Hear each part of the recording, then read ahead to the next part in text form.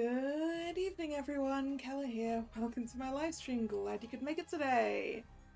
So today it's more Nightmare Before Christmas events here in Twisted Wonderland. Last time we discovered what Scully's idea of Halloween was, which I'm afraid I don't agree with him, and neither do the rest of the boys from Night Raven College. And we are trying to help Halloween Town put on a different sort of Halloween. Not that a lot of our boys are capable of getting along in order to actually work at it. Although this second set of randomized groups seems to be working better than the first. So, let's see if they can behave enough this time, eh?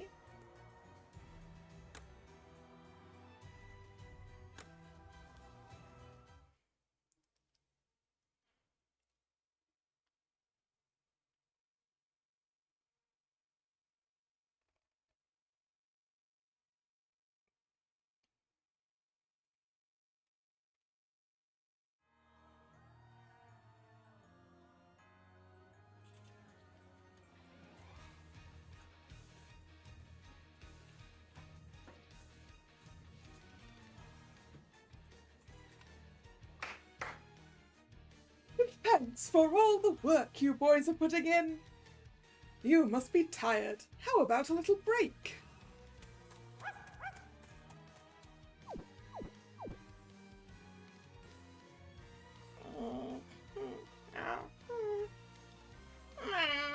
I am bone tired. I doubt that. You spent this whole time frolicking around with that white dog.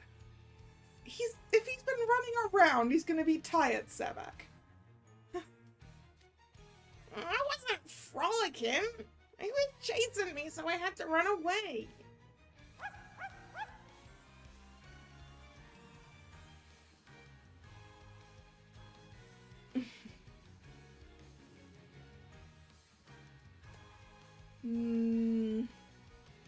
Yeah, I kind of gotten used to that. It came off to me as just this bizarre dog at first, but it's actually kind of charming when you get used to it. It's even been chasing Kalla around. It's a huge pain trying to shoo it off. Oh, hello, Zero. See that? My head human's scared. Go on, shoot. I'm not scared. Given the choice, I'd take a faithful dog who follows you around over a furball who disregards all warnings and opens books willy-nilly. Yeah? Sorry. Zero is my partner, so he's not up for grabs. Isn't that right, Zero? It's nice to see you making friends, though. I hope they play with you a bunch. I've brought everyone some tea for their break. Ah, Sally. Thanks, that's very considerate. Oh, not at all. Anyone would do the same. If only you put that much effort in when it was actually needed. Thank you, Sally. This looks delightful.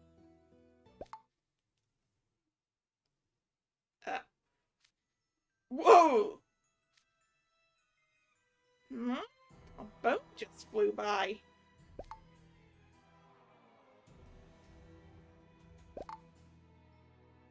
Multiple bones. Who's throwing bones? Oh, whoa, now there's other stuff flying around. Where's it coming from? Oh, it's you boys. Ah, lock, shock, and barrel time. What are you doing here? Jack sent for us. Specifically, by name. Lock. Shock. Barrel. I don't should have rewatched Nightmare Before Christmas. I'm having to make up these voices as I go. What's with the children? Scully, do you know who they are? A trio of children? I fear my knowledge of them is rather lacking as well. Ah, Halloween's finest trick-or-treaters. Oh, who are the kids? They ain't remotely scary compared to all the other weirdos in Halloween Town. Oh, Grim, you're going to regret those words. What's the fuzzball? Dunno. Looks too big to be a cat. Whatever it is, you don't see it every day. Let's make it our pet. Your pet? You brat's got some nerve. I have a job for you. We need help setting up Halloween and we're very short-handed. Why, the mayor's having kittens over how far behind we are. Is that why the cat's here? And that's why you turned to us? It's gotta be. We're way better than some mangy old cat.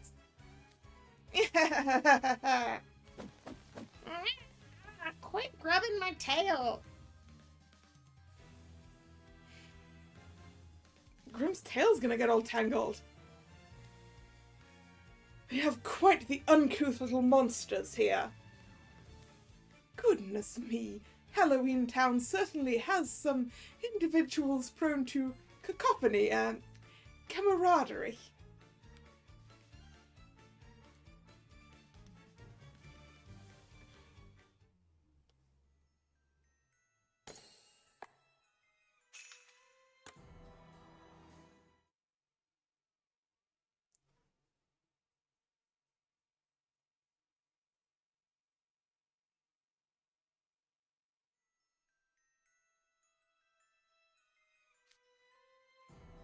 I'm sorry about those three. They normally live outside town near the hills. I can hardly handle their mischief. You brought them in to help. Are those kids really gonna be useful? Sometimes you have to pick the lesser of two evils. I've asked them to set up some place for you folks to sleep tonight. Scully seems awfully sleep-deprived. You guys need proper rests, don't you? Why, Mr. Skellington, what a caring soul you are. This is why you're the master of Halloween. We could seriously use some actual bedding. That's right. You better be grateful, short stuff. Uh-oh. Wait, was that directed at me? Did y'all call me short stuff? I don't gotta take no guff from you. I'm sorry, what was that? Did I mishear? Pell, it would do you no good to lower yourself to their level. Rein in your temper and be broad-minded in how you treat them, their children. Yeah, what he said, right? Young man, could you please not touch my attire with your unwashed hands? Ah! What? Phew, that scared me. Your eyelashes are so bristly they look like a centipede's legs. Talk about creepy. Excuse me. Vel, you just went over this with FL 3 seconds ago. So I did. I've never encountered such a rude child before. I was so stunned I nearly forgot myself. I'm real sorry. Let me give you something to make up for it. There, see? He's not so bad. Ah, Jamel. What's that you've got for us, young man?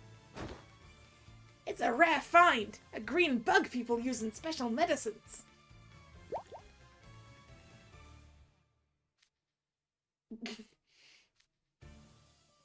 Uh-oh.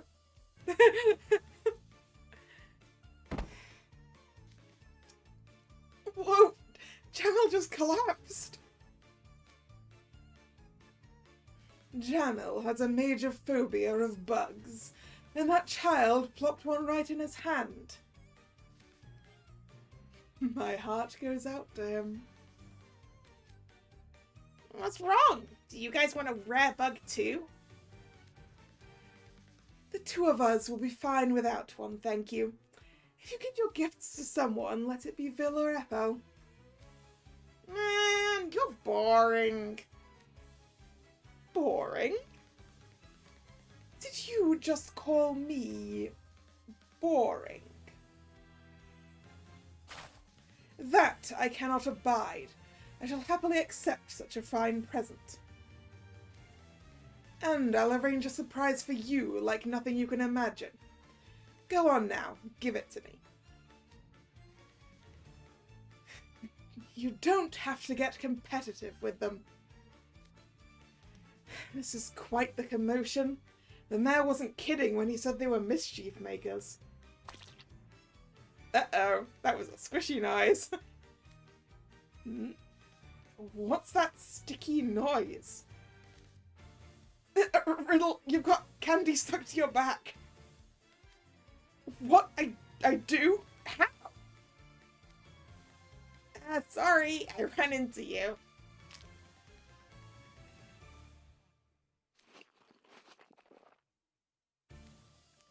He peeled the candy off and put it right back in his mouth. That's filthy. Wow, you look so jealous. Do you want my candy? No, keep it away. Aw, it's okay. You can have it since we're friends and all. Here. You keep that half-eaten candy away from me. This is why I can't stand kids. And hey, you know who likes sweets? Those two. They're always snacking on sweets at their little tea parties. Mind giving them a gift instead? Okay.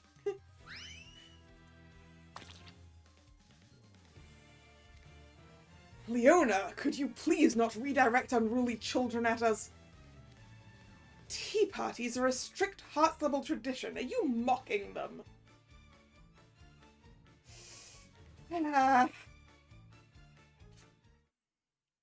And when we thought it was chaos already... Lock, shock and barrel.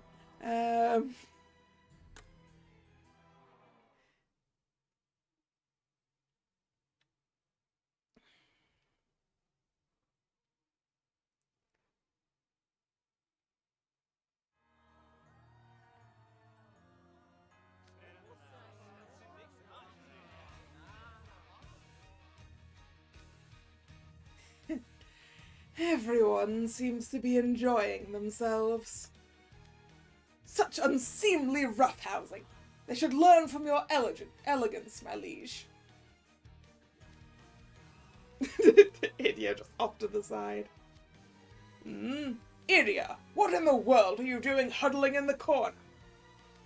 Nothing. Don't mind me. Seriously.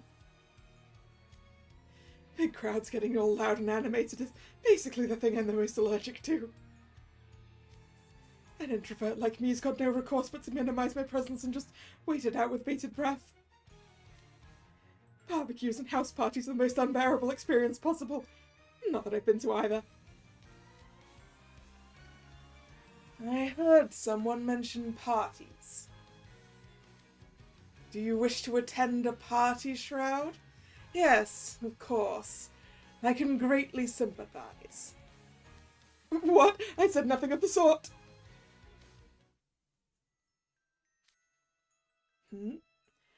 Why is that monster staring at us? You won't find Malleus and I as clamorous as the humans over there. If you're looking for someone to trick, I suggest you look elsewhere. Hey, monster! Where do you think you're looking? Is there something on my face? What's with the horns? Those are rad. Hmm? How dare you!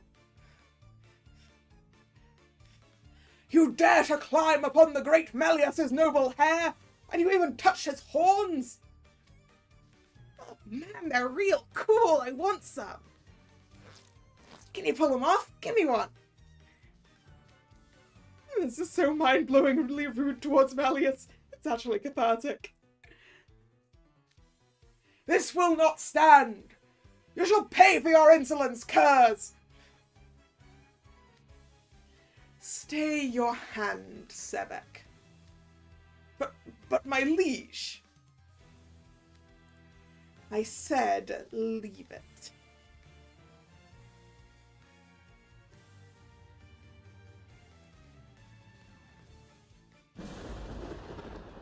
Or I shall reward this one's rudeness myself.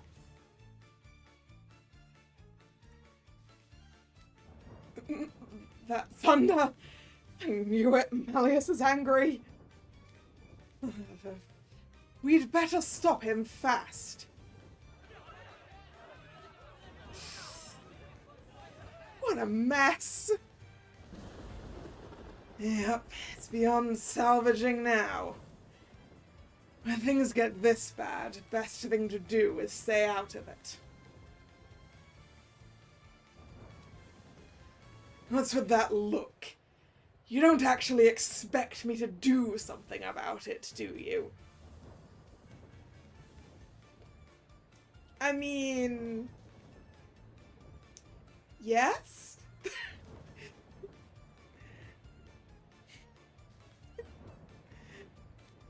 Forget that. You should follow my example and stay unobtrusive until they tire themselves out. That said, I'm not sure this badger over here can actually endure all this commotion. Are you calling Scully a badger? I mean, I guess he's got the colours. Ah, what a horrible uproar. Such unruly, uncouth conduct isn't remotely befitting of Halloween Town. I wasn't expecting that inviting the trickster trio would cause such a fuss. This is a head-scratcher. Oh no, even Mr. Skellington is distressed about this. I can't stand idly by. Everyone, if we could all be silent. Why should we listen to you? Yeah, we got no reason to be silent. Nina, Nina.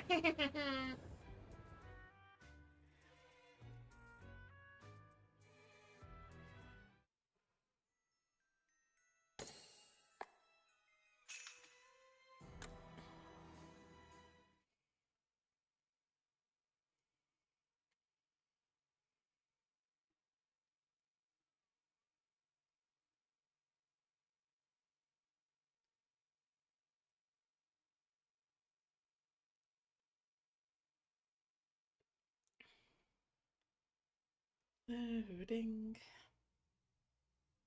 Long loading screen. Do. Okay.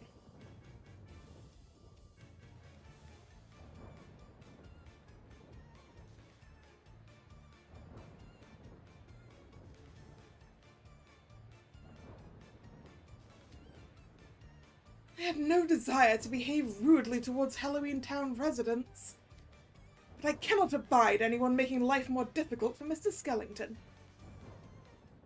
What are you gonna do, Scully? You gonna do magic? Scary night.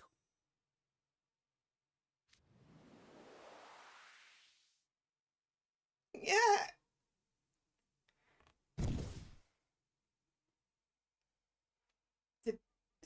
Did he turn them into pumpkins?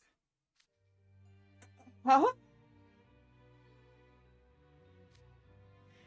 They just turned into jack-o'-lanterns. Is that your signature spell, Scully? What's going on? What happened to us? You two dummies turned into pumpkins. Well, so did you. The pumpkins are talking. I don't want to stay like this. Me neither. Ditto. Turn us back. Will you promise to be quiet? We promise. We'll be quiet.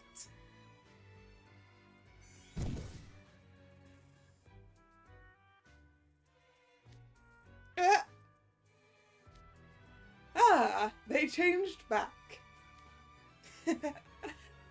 This is what's called a signature spell in my world. To wit, it is a spell that belongs to me alone. And my particular signature spell transforms people into jack-o'-lanterns. Yikes.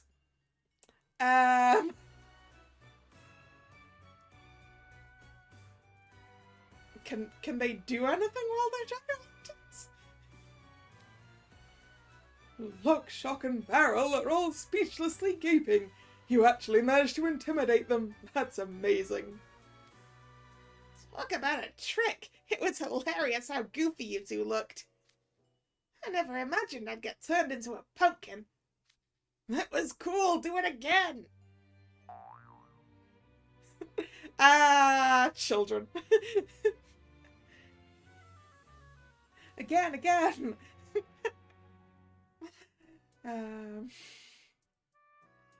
Looks to me like they're less intimidated and more excited about it. Well, Scully, aren't you going to get onto them to quiet down? Here I thought you were going to turn them right back into pumpkins again. Actually, my signature spell is something of a work in progress. Once I use it, it takes some time before I can use it again. Much to my infinite shame. There's nothing to be ashamed of. This is shape-shifting magic that works on other people, right? It's hard enough shifting yourself with spells or potions. And you have a spell that can forcibly turn a person into an object? That's very impressive, even if you can't use it much. No kidding. Hard to say if it'd work on someone with strong magic, but it's a nice trick for catching someone by surprise. Not to mention, you're still a freshman, Scully. Put in enough practice, and you're all but certain to improve your usage capacity. I didn't take you for much more than a Halloween nerd, but maybe you're a herbivore with some potential after all. My spell is far superior to that human's. Sebek, your spell is also a work in progress. Jeez, watch it with the yelling. You're making my ears hurt. Come on, signature spells aren't something to compete over. Who's competing? I'm merely informing you all that my spell is superior to his. How is that not competing? It's a bit unrefined, but that's a rather curious spell. Not you too, my liege. I have to say, Scully, I'm impressed. Oh, goodness. Was that Twisted Wonderland magic? I'm amazed. What was that charlatanry? Disgusting. Considering it would also serve to immobilize someone for a while, this seems like quite a handy signature spell. Jack-o'-lantern is just the kind of flourish I'd expect from you, Scully. Fascinating. I am but an ordinary, mediocre individual, but hearing compliments from such lovely people is deeply flattering. Confound that Scully! How dare he put on such airs when he's the same age I am? Sticks in my craw. Sebek and you're not putting on airs a lot of the time. Mr. calls everyone who isn't a Fae human, and thinks that everyone who isn't a Fae is beneath him, despite the fact he's part human himself.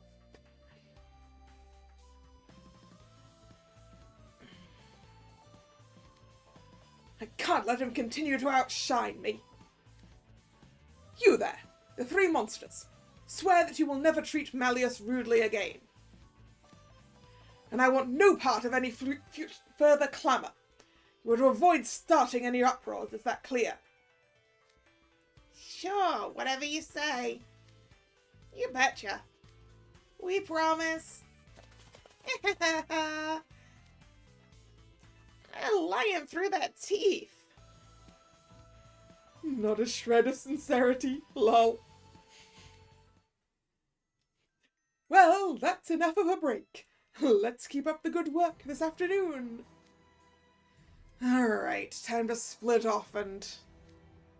Wait! If I'm not mistaken, we were supposed to rearrange our groupings. Yeah, but you're the only one unhappy with these ones, Sebek. You remembered that. Isn't it a hassle to draw lots all over again? We could just stick with the groups we've been in. We most certainly cannot! Next time I shall get grouped up with Malleus for sure. No, you won't. Also, I'm pretty sure we're about to be put in the go and check what everyone is doing group again. Probably with Scully. I had a feeling you would ask, so I got the lots all ready to draw. Come and get them. Alright, what's our groupings this time, eh?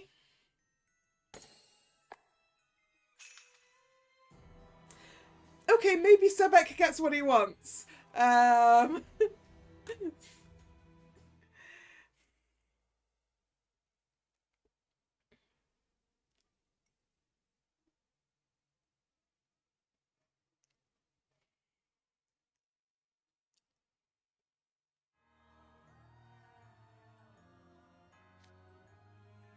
Yes! Finally! This time I'm grouped up with my liege! So it would seem. Your company is welcome. Thank you, sir. Working alongside you is the greatest of honours. Now I can pass from this world with no regrets. Why are you resting on your laurels before you even started working? I'm guessing this is the other half of the group. So with Dr. Finkelstein, that's decorations. So decorations crew then. Sebek, Malleus, Villappa. I see I've got a loud one in this group. My head's pounding already. Not to mention a child with disproportionately large eyeballs. They look like they could pop out at any moment. Could you please not stare at me? I've been teamed up with Malleus every single time so far. I've grown accustomed to his presence, but I just hope the spudlings in this group won't slow the rest of us down. Who do you think you're talking to? The loud one. It goes without saying that I'll devote myself wholly in service to Malleus.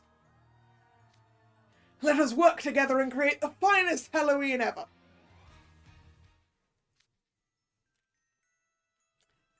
Let's see who's with me for food prep now. Trey and Riddle. And I believe you two are Jamil and Idia?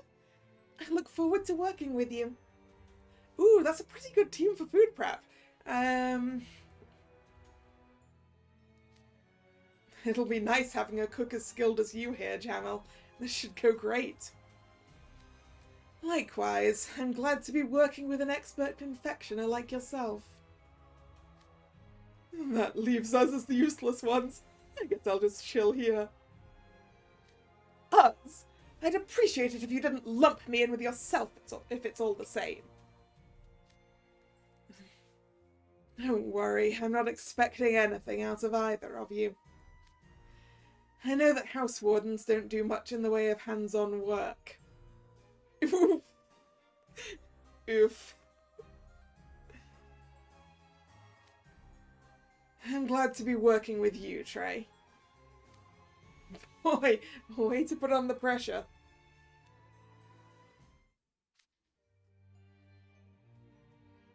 Oh, no, we're doing music. Music with Scully. Heller and Scully, you're with me again. Oh, and Grim too. Don't treat me like an afterthought. And you're Leona, I believe. I'll be counting on you.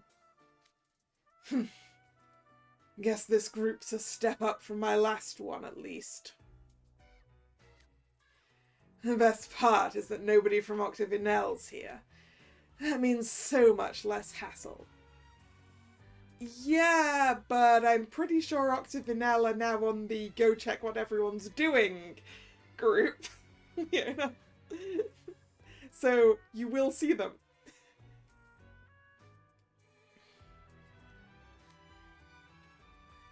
No need to bemoan our absence, Leona. Believe me, I'm just as disappointed as you. It seems Azel and I are with you now, Jack. I look forward to working with you. Happy to have you.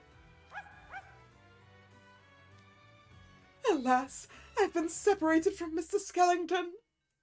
Well, you got to be with him the last 2 sessions, Scully. Your luck can't continue. It's a heart-wrenching shame we no longer get to share one another's company. But this is all in service for the greater cause of Halloween. I shall set aside my personal sentiments and devote myself to crafting the finest Halloween possible. I must. Oh, seeing sparkles behind his sunglasses. Is he crying? Guy makes a production out of everything.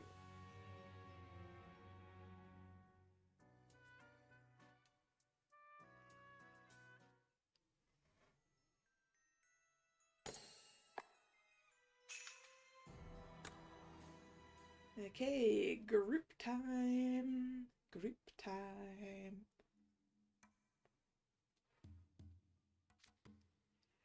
I'll go round up the musicians. You wait here.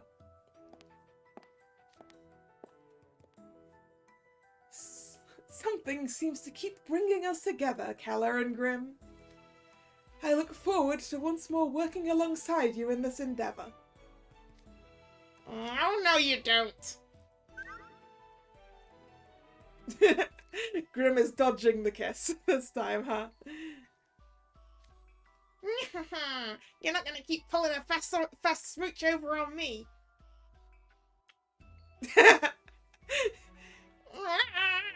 You smooched my ear.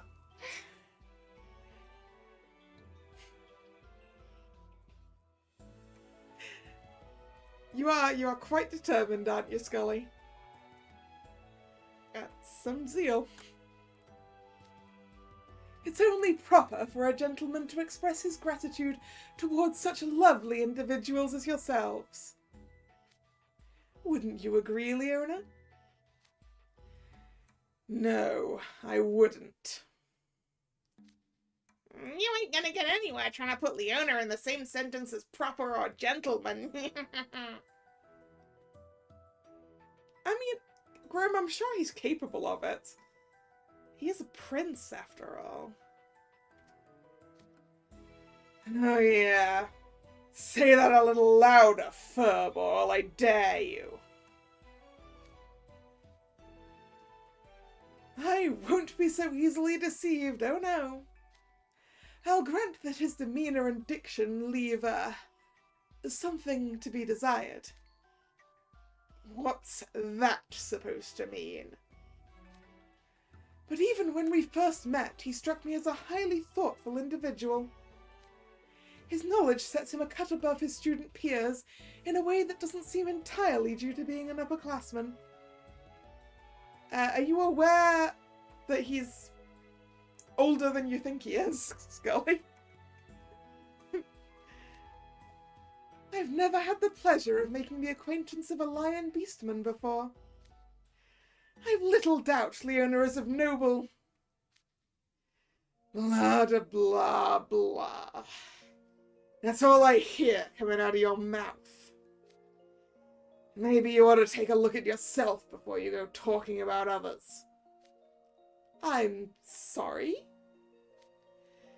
You don't seem to realize it. And then again, maybe you're just being deliberately obtuse.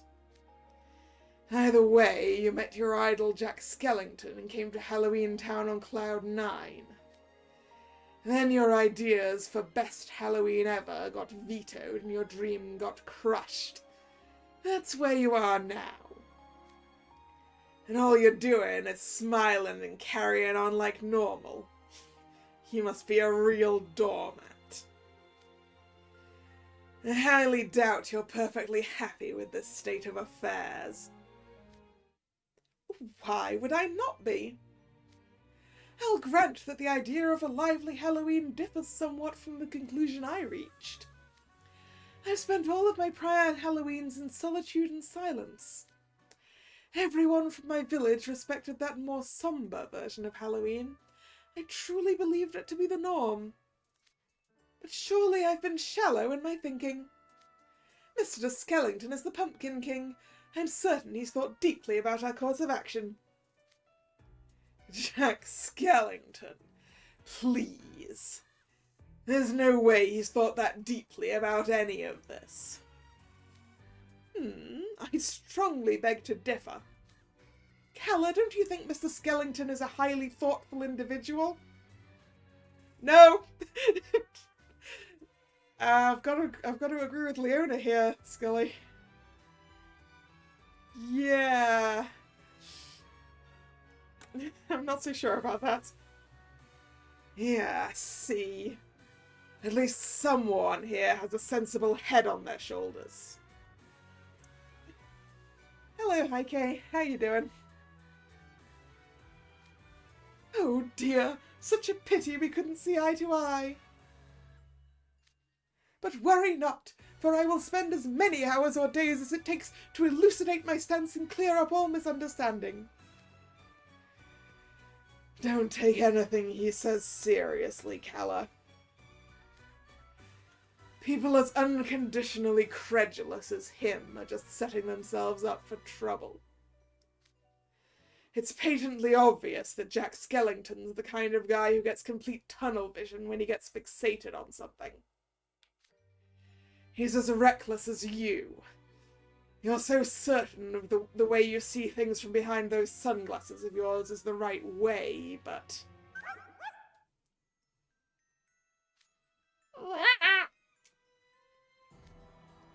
I thought I heard someone call my name.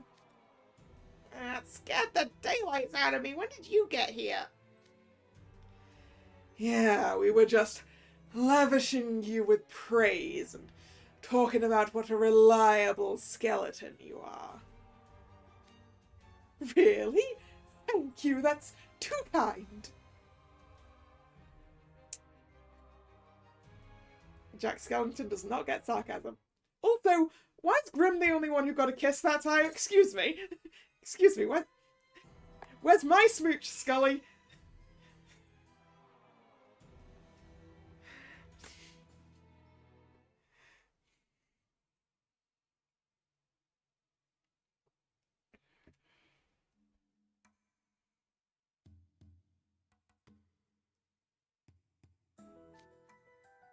Mr. Skellington! Ah, I see Azel and Jade are with you as well. What a delight your company is.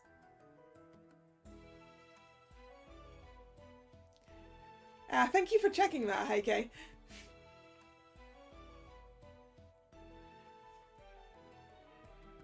So yeah, it is So it is weird that they're talking about Dr. Finkelstein's brain being on display.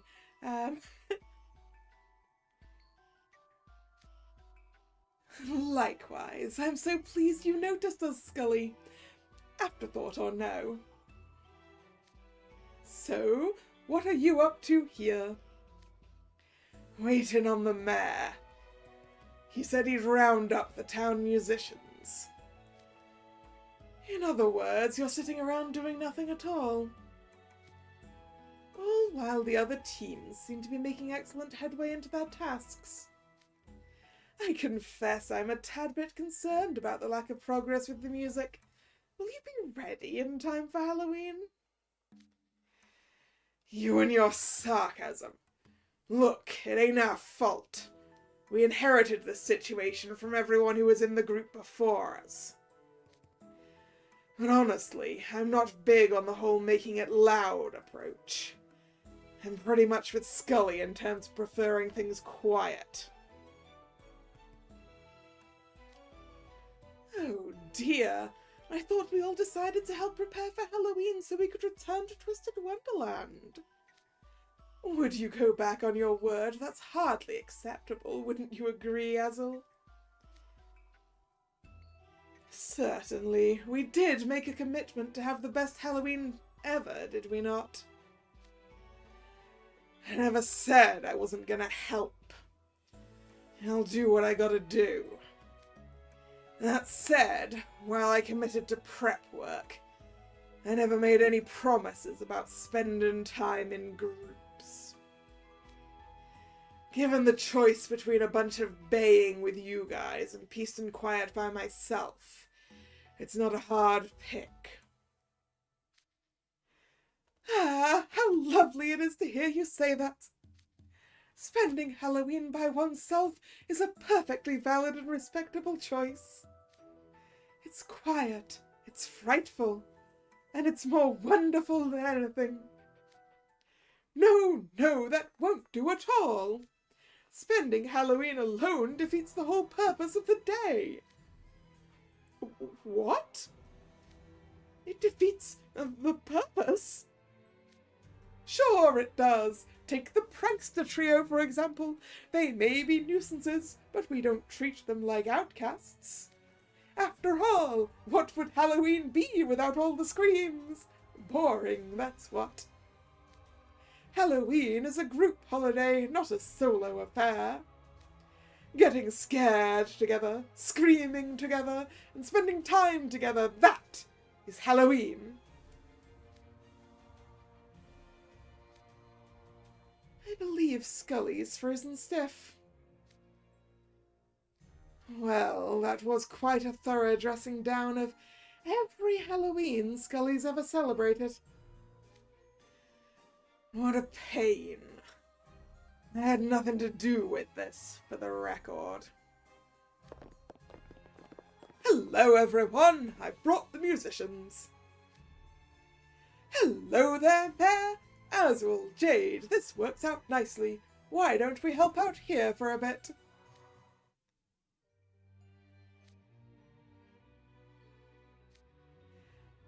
Ah.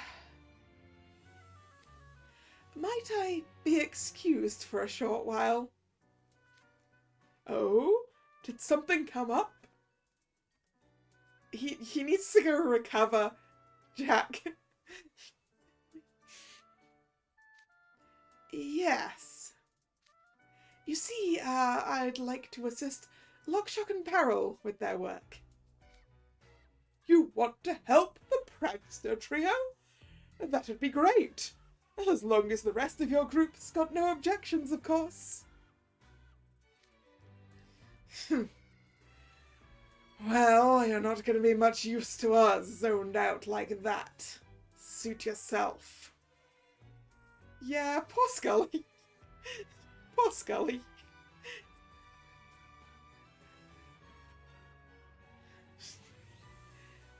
Never meet your idols, Scully. Yes, yes, thank you for understanding. Adieu for now.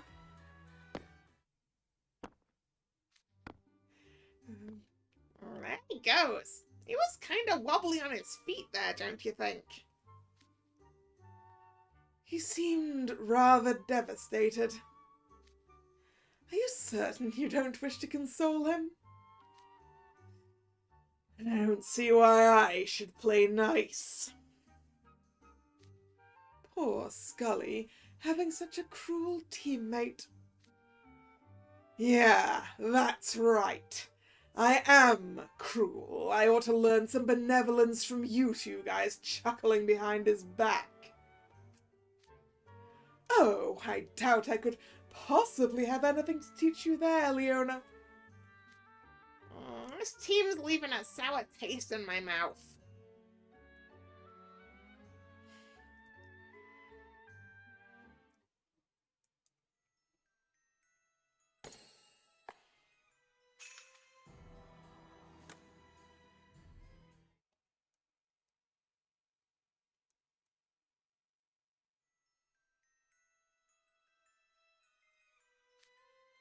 All right, it's finally time to make some music. Yeah. Now write us a song that will truly liven this holiday up. What?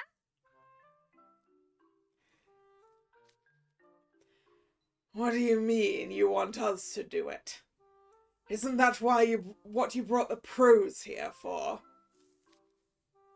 We're professional players, not composers. Even if we were, how could we make music tailored to a world we know nothing about? The quickest solution is to have the young'uns write the music. That makes sense. No, it doesn't. It defeats the whole purpose of bringing him over to start with. Also, Leona, Asshole, Jade, do any of you know how to write music? 'Cause I don't, and I'm pretty certain Grim doesn't either. Composition, I'm afraid I've little experience in that field. These kids are more lost than a chicken without a head. Likewise, though like the other musicians, I can play existing songs. I thought you merfolk were supposed to be big fans of singing. You should challenge yourselves instead of just tucking fin and running. Do you believe all merfolk have the same tastes? I never knew you were capable of such sweeping generalizations, Leona. Some merfolk can't sing, while others just don't like to. I don't appreciate you trying to stick us with a difficult task. Though, technically speaking, Leona's not wrong. I've hardly ever seen merfolk who actively dislike music. Yeah? Yes, music is the most popular form of entertainment under the sea. The sea? In that case, I imagine the undersea gal must be a fan as well. We should definitely ask her sometime. Anyway, we've been discussing ourselves. But what about you, Leona? What about me? Oh, I'm sorry. I can't envision you singing in the slightest. Not even remotely. So it occurs to me that perhaps we shouldn't be discussing singing at all. Oh dear. Is he perhaps horrifically tone deaf? My deepest apologies for my lack of sensitivity. Come now, Jade. It's rude to say it so plainly. Leona's tone deaf? Hey, it doesn't matter if you are, Leona. So am I. Don't worry about it. Yeah. Thank you for your kind concern. Thankfully, that's never been a problem for me. Well, now I'm curious about Kalla and Grimm. Which one of you has a better musical track record? I'm clearly the better musician between us. Yeah, I'm just gonna take myself out of the running right now. Don't back down before the fight's even started. You don't know who's better till you try. Look, Leona, I know my strengths, and music isn't one of them. I mean, I can sing existing songs, and that's about it. I heard about Hazel and Jade's musical background this morning, so... Leona, would you care to share a popular song from your hometown? For reference's sake. A Sunset Savannah song. I'm sure those are quite different from the Coral Seas songs. I'm curious to hear this myself. Are you, Hazel? Let's see. Something famous, huh?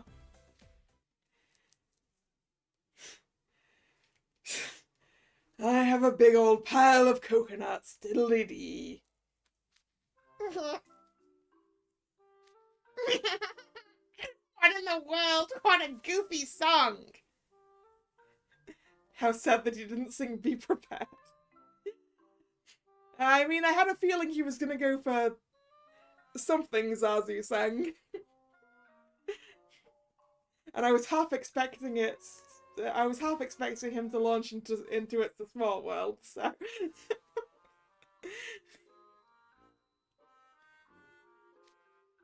Am I right or what, guys?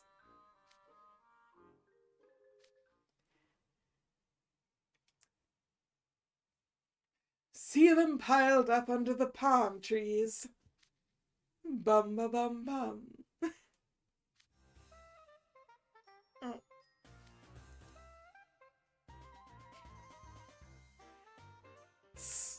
Some are big, some are small, some of them are medium size.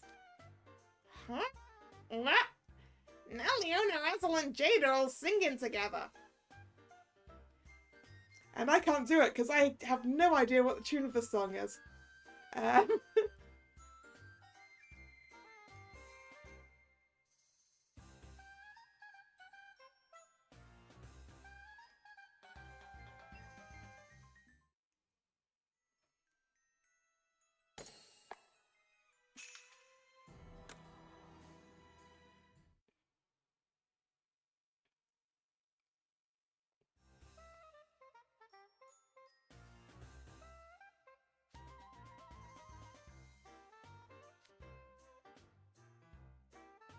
Some are big, some are small, some of them are medium size. What? Oh, now Leona, Hazel, and Jade are all singing together. Is this a famous song or something?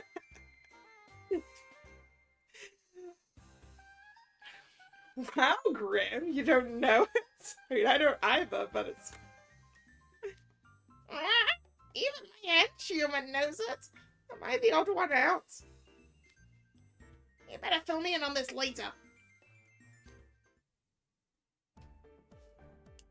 That's a children's song from the Coral Sea. I haven't sung that since preschool. Ah, it brings back memories. Do they sing it in the Sunset Savannah as well? Yeah. I picked it up when I was a kid. Ruggy told me he knows it too, so that alone means it's got to be pretty famous. Here I thought the Sunset Savannah's culture was wildly different from the Coral Seas. How curious that we'd share the same song. Parts of the Savannah is coastal. It'd make sense if the song came from that area. I see. Isn't it fascinating how much history a single song can contain? Ooh, that's a pretty fun song. I like it. That might just be what we need to make this a Halloween to remember. Okay, I'd like you all to play a song with the same tune as the one you just heard.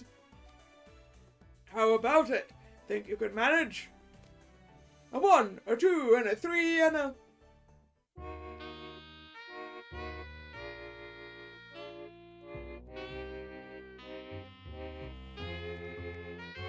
We're gonna need you to up the tempo a bit, boys. Fantastic! Now why don't you all practice on that and we'll be in great shape. That isn't remotely similar. Just listening to that is depressing. Skellington, you gotta lighten it up. Is it that bad? It seems pretty similar to the song Sebek taught me this morning. Are you sure? No matter how many times they sang it, it always ended up turning into something sinister. Sebek threw a fit about it. Not hard to imagine. Does that mean even that stubborn stick in the mud couldn't set these people straight? So basically, there's no point even trying to sing example songs for these people. Great. Way to waste my time. These instruments are bad fits too. An accordion, a sax, and what is that thing? Looks like a cello to me, but I'm not good at this, Leona. That should be obvious enough. It's a bass. Oh, okay. See, I'm bad at this. Someone inside. What a novel type of bass. I can't fathom why you play everything in minor keys. Because this is Halloween Town, Leona. And minor keys are creepier. And your chords are so discordant. They're unbearable to listen to. I'm not even a huge fan of upbeat songs, but come on. Haven't you guys heard of Mass Appeal? Sure we have. This is what appeals to the masses in Halloween Town. Well, you should at least have the sax switch up its scale. The way you're playing now makes everything sound like a funeral dirge. It seems Leona's lost patience and started coaching them. Perhaps he's actually quite particular when it comes to music. Well, he does have very sensitive ears, Jade. He's a good singer, and he doesn't seem to hate it. This was a surprising side of him to see. Leona, what would you say to putting your talents on display at the Mostro Lounge? You'd be compensated, of course. That's a wonderful idea. I imagine we would get a flood of customers if we had Leona singing. Yeah, sure. Here's my compensation package.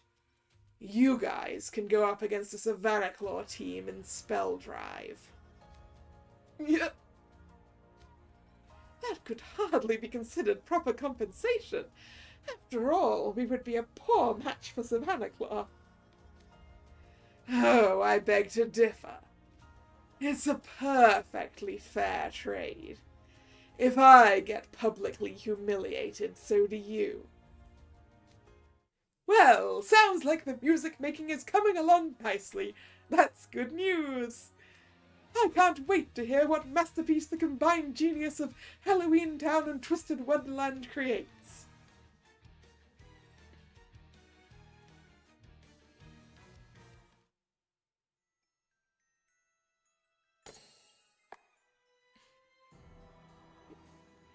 Next zone.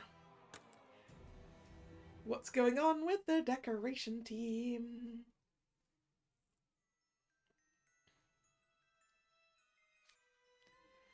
Did the previous members finish gather? No, sorry, this is not the decorations team. The cooking team. I saw Dr. Finkelstein and got distracted. Did the previous members finish gathering ingredients in the morning? Yeah, they did. I heard it went pretty smoothly with Epel and Riddle's botanical knowledge. It helped that many of the plants in this area were similar to medicinal herbs I'd seen in encyclopedias before. And Epel was able to fill in any gaps in my familiarity with his wide breadth of knowledge about edible plants. Leona supplied everything else. Everything else? What kind of non-plant foods are we talking? Because I feel like stuff you can hunt around here is all, Oh, all sorts. He gathered everything pretty quick, actually. He also did a great job of listening to Sally and engaging her in conversation. I was surprised to see it. Oh, yes. That Leona was such a well-mannered young gentleman. Oh, are we talking about the same person?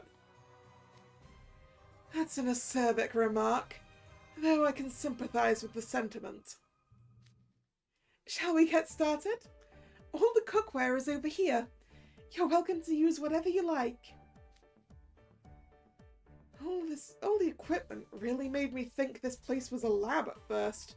But really, it's just kitchenware. For sure. And there's a healthy selection of spices, too. Sorry, Chamel. You don't need any explanation there, do you? Huh? Oh, I don't mind at all. I certainly wasn't expecting to spend Halloween cooking together with you, Trey. I think I could learn a lot from you. I'm glad we ended up grouped together. I could say the same. I hear the Scarabia students talk all the time about how good of a chef you are and how vast your repertoire is. I'm mainly a confectioner, so I can't exactly claim an across-the-board mastery of cooking. Don't expect too much of me beyond the sweets. I hope you'll share plenty of pointers with me today. You give me too much credit. To be honest, fancy party food is not my speciality. But you do fancy party food all the time, Gemma. I'm especially bad at plating things. I do fine with home cooking, but still. I find it impressive the way you whip up enough food to serve a crowd at a big tea party. Really? I guess we've both got gaps in our skill set, huh? Maybe so. As they say, the grass is always greener on the other side. Whoa! Who are these mature dudes? Oh, never mind. My bad. They were talking like such typical guys with, like, careers and stuff. I mistook them for actual adults for a second. Trey and Chavel are basically the archetypes of functioning members of society at our school. And yet they still have that secret ulterior motive vibe that has Vice House Warden written all over it. Meanwhile, there's this guy. A spritz of frog's breath? How much is a spritz exactly? It depends on the frog's mood. Miss Sally, the point of a recipe is to be reliably reproducible. How would one even measure the volume of a gaseous substance? Oh, you do that by the length of their breath. Wouldn't that mean results that differ by each individual frog? Well, I suppose so. Yep, totally useless. Bullheaded beyond belief. I wasn't expecting the taskmaster to be so singularly bad at the kitchen. You see, what Riddle needs to learn is that outside of baking, you don't need to be quite so precise. But baking, however, you need to be precise.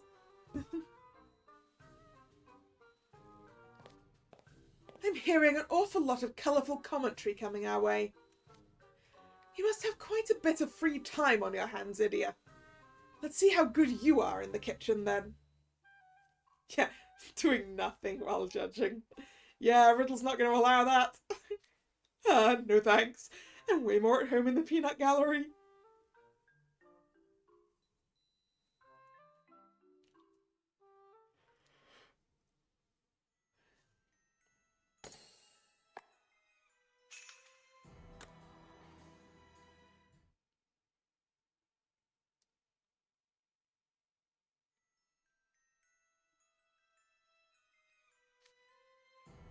You know, come to think of it, I don't recall ever seeing you in the cafeteria, Idia. Ever? Don't tell me you haven't even been once since you enrolled. I mean, I've definitely been. Oh, and I absolutely have no other choice. The way you're talking makes me think that's a pretty rare occurrence. I don't see you at the mystery shop or the school vendor either. What do you normally eat? Huh? What do you guys care? Leave me alone. I care. I'm curious to learn what people in Twisted Wonderland eat, other than cow's milk. Okay, I'll talk. Now please stop crowding in on my personal space of staring. Okay, so, I mainly have, jelly drinks, powders you mix into water. Idia! Idia, you need to eat proper food. I also eat, packaged snacks and cup noodles, that sort of thing.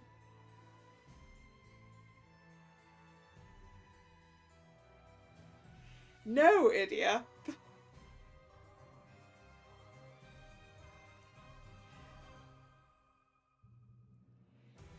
The lad's making me want to cook for him. Or at least bring him sandwiches or something. And definitely fruit. And vegetables, Idia. That's not food! Food in Twisted Wonderland really is unusual. Don't let him mislead you, Sally. Idia, I'm not sure any of that counts as food. I mean, I'll give him the cup noodles. That is technically food. Or that was the one that makes sure he's still alive. Yeah. Yeah. Whoa. Trey, I think this is the most intense expression of disapproval I've ever seen on your face. Why? Why wouldn't I disapprove? Jelly drinks, powder mixed into water, packaged snacks and instant noodles, come on. With foods like those, you'll never build your jaw muscles. That's your problem, Trey!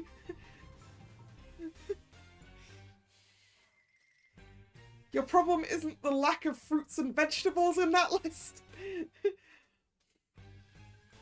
Or protein. That's not the point. Isn't it? Isn't it? But strong jaws contribute to dental health. Chewing is an important thing to do for your teeth. Why is my dental health any of your concern in the first place? All right. I think we can put Trey's personal interests aside. The real issue at hand is that none of those foods provide your body with useful nutrients. The human body requires specific nutrients which you should consume in carefully measured quantities to avoid excesses or deficiencies. Oh, I was with you on the start of that riddle.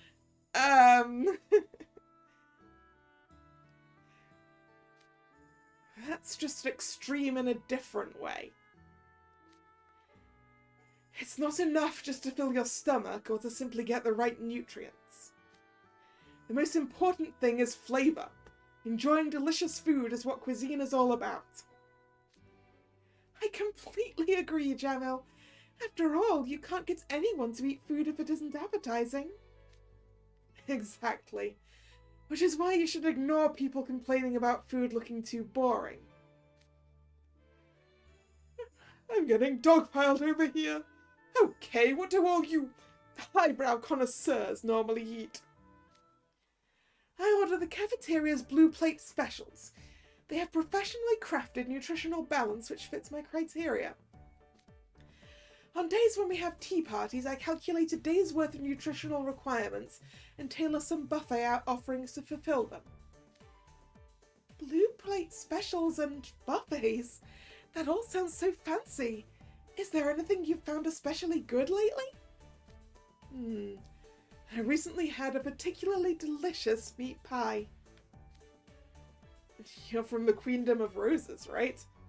I thought that region was famous for its pies. Surely you've had your fill of good pies in your life. If this one stuck out to you, it must have been very high quality.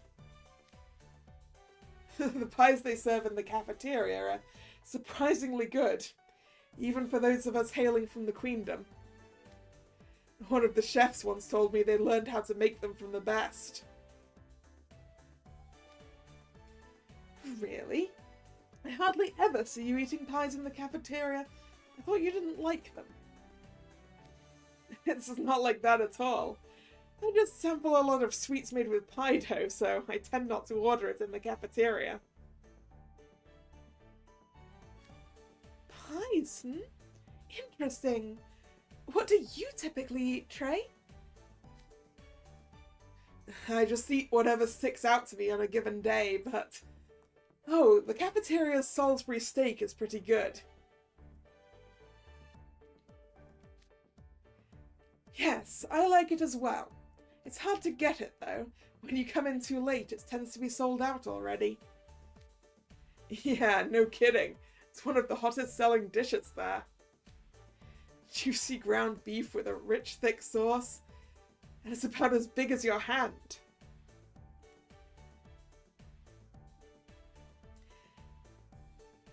That's pretty big. Even looking at my own hand that I've got kind of short, stubby fingers. Ooh, I'm getting indigestion just listening to you describe it. It's not that hard on the stomach, actually. You should try it sometime, Idia. It's so good it leaves you wanting more. I could eat that every day. Every day.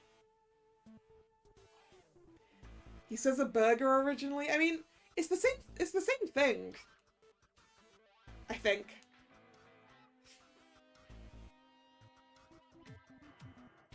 Pretty sure Salisbury steak is just a beef burger without, well, just the meat part of a beef burger.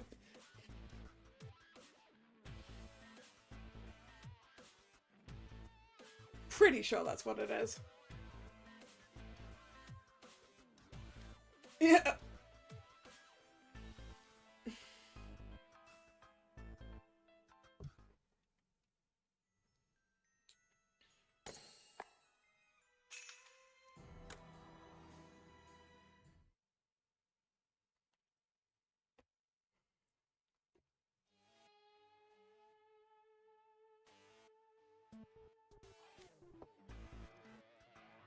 Trey, surely.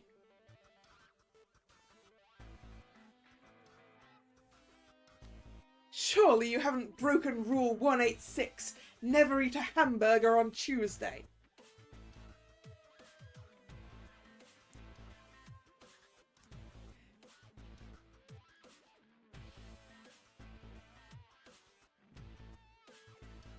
So it's not the same thing where you're from then, okay? See, I don't really know. I don't think I've ever had a Salisbury steak. Or at least not called that, anyway. I always assumed it was like a burger patty. Just because that's what it looks like.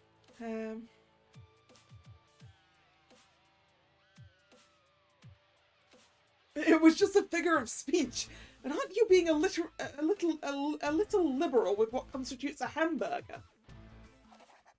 So, Trey's a fan of Salisbury steak. What kind of menu offerings do you enjoy, Jamil? Oh, I don't really eat in the cafeteria that much. I prep a boxed lunch for someone every morning, so I make one for myself on the side.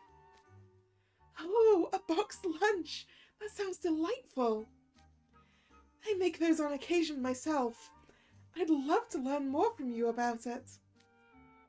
I'm not sure I could teach you much. I don't make anything all that fancy. I just throw something together using whatever ingredients happen to be on hand at the time. You're talking like that's simple, but that sounds harder than pre-planned cooking. I suppose it does require improvisational skills not everyone has. I used to take requests, but that came with its own set of problems. Yeah, I can imagine the pain that would come from asking Callum what he wants to eat, and then having to source those things. I'd ask Callum what he wanted to eat the next day, and he'd say, "Oh, just make something simple like croquettes," as if it's that easy. He has no idea how much work goes into making anything deep-fried. No kidding. Making deep-fried food first thing in the morning sounds rough. Is there a reason you can't simply prepare it the night before? Riddle, deep-fried stuff doesn't do well stored.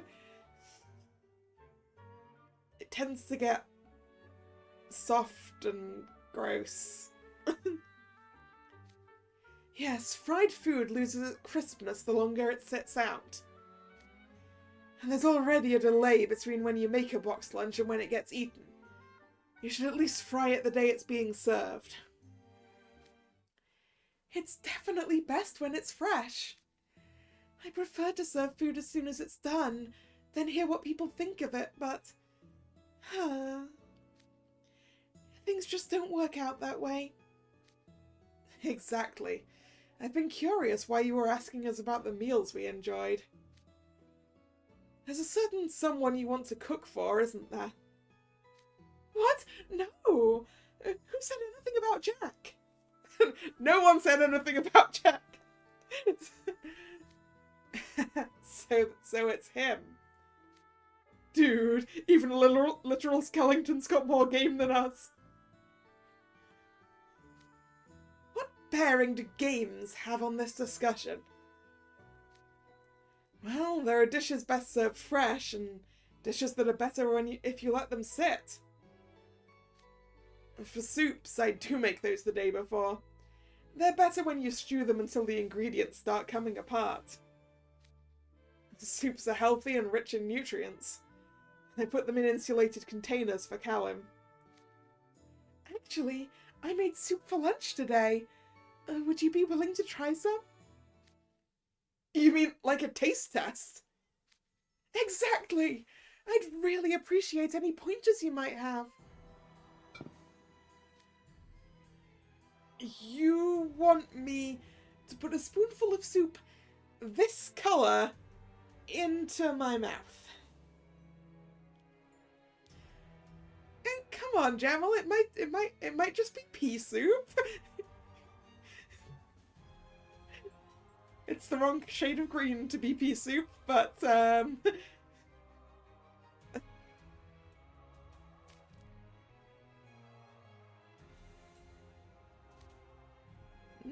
this spoon's got holes in it. The soup's draining right out. Oh, sorry, a wrong spoon. Here, use one of the normal ones. Miss Sally, if you have a defective spoon, wouldn't it make sense to throw it away? No. Riddle, a spoon with holes in it is useful for some things. Please don't. I do need it at times. When would you ever need a holy spoon? Anyway, let me know what you think, Jamal.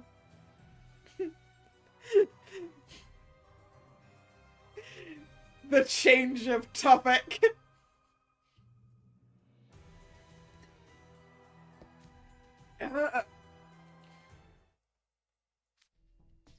All right, I'll try it. Don't, Jamal. Have you forgotten what happened to us last night? Sally's gone out of her way to help us. It wouldn't be fair to let her do so much and offer nothing in return. That's very considerate of you, but you shouldn't risk yourself. You should put your own health first. It's fine. Thank you, but please don't stop me. Here goes nothing.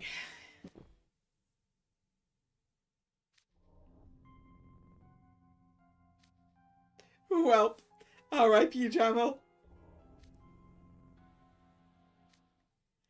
It's good. Huh? Really? Oh, I'm so delighted. Yes, ma'am. It's a delicious flavor with plenty of depth. So this is how soups are seasoned in Halloween Town. It's both distinctive and stimulating. I'm actually feeling inspired by this. May I take charge of cooking other dishes based on this flavor?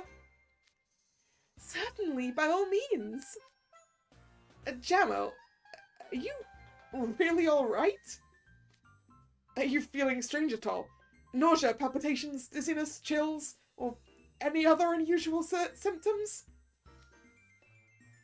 I'm fine. Seriously? There's no way you're fine after taking a sip of soup with such a bizarre odour. I didn't. Huh? The spoon with the holes was still sitting out, so I just used that to take a pretend sip. A pretend sip? So all that stuff about being delicious and having a deep flavour was a lie?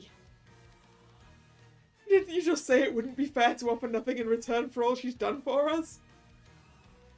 Look, what do you want? Between that colour and that smell, there was no way I was actually going to eat it. But we now have full kitchen authority. Let's use it and make dishes we can actually stomach. Wow, sneaky, sneaky Jamil. Yeah, he used the Sally trick indeed. I take back what I said about flavour being the most important part of cuisine. Yeah, Jamil, the most important part is that it doesn't make you sick. Appearance, smell, and taste are all vitally important elements when cooking. I mean, appearance doesn't have to be.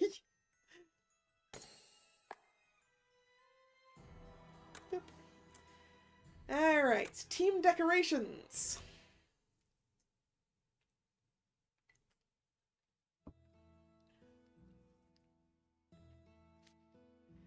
What manner of activities did you engage in this morning, my liege? I would love to hear tales of your exploits.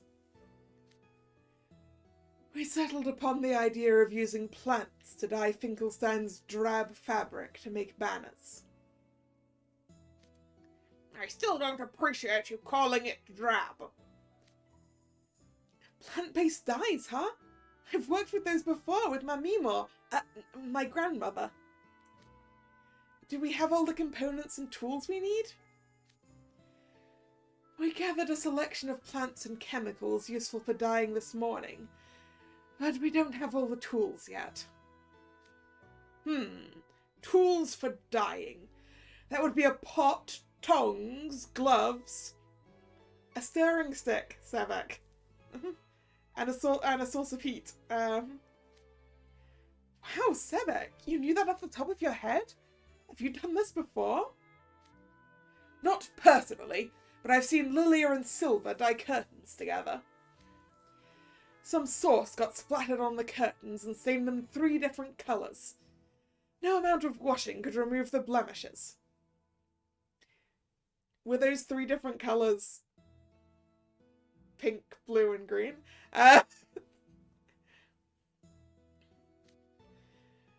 So they decided to re-dye the curtains. Oh yes, I vaguely recall this tale. I said I'd give them new curtains, but Lilia seemed enthralled at the idea of putting a unique new spin on things. Yes, sir, I remember that well. How did the sauce even get on the curtains? Well, Phil, I know how it stained them 3 different colours. You guys have never eaten Lilia's cooking. I do have a pot at home, but I imagine it's being used for cooking at the moment. The witches have a bigger one, though. You could use that. Witches, you say? So Halloween Town has its own magic practitioners? You're in for a treat. They look just like you boys. I suppose that means they're exceptional and incredibly beautiful mages. What kind of magic do they use? I can't wait to meet them. Wait. I feel as though I've been through this conversation before. Well, what are we standing around for? Let's go pay those witches a visit. They're typically somewhere around here.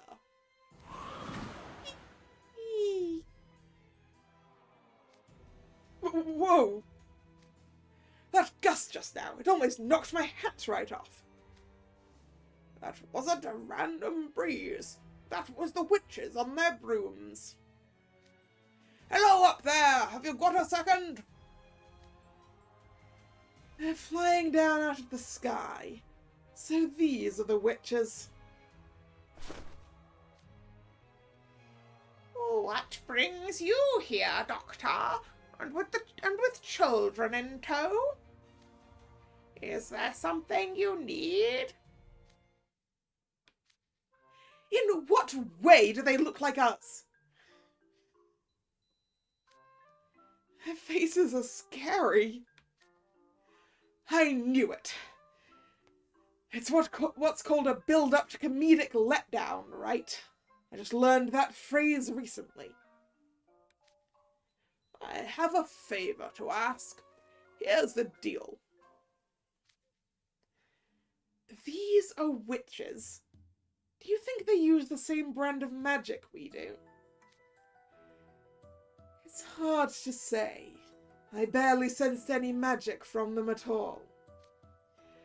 And the denizens of Halloween Town were shocked at Graves' display of magic. It would seem the magic employed in this world differs somewhat from our own. I suppose the town itself is such a strange place. There's no sense expecting anything here to have rhyme or reason.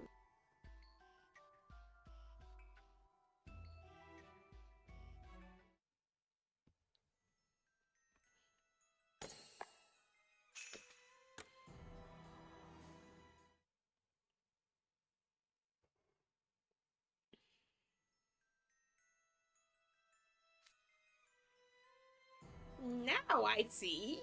You want to borrow our cauldron? I don't see why not. We're happy to lend it to you for the sake of Halloween. Ah, excellent. That will be a great help. We can do the actual dyeing in the plaza, so we'll need to carry the cauldron there. That sounds like quite a chore. It's far too heavy for us to lift. We'll carry it, then.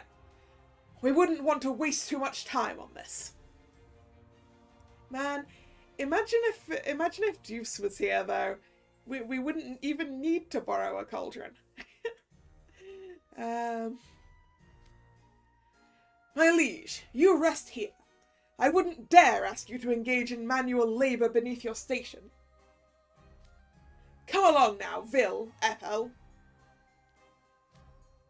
Now, see here. Thanks, boys. Our home's a bit of a ways out from here, though. Yeah, right, okay. Out of everyone here, I think we need Malleus.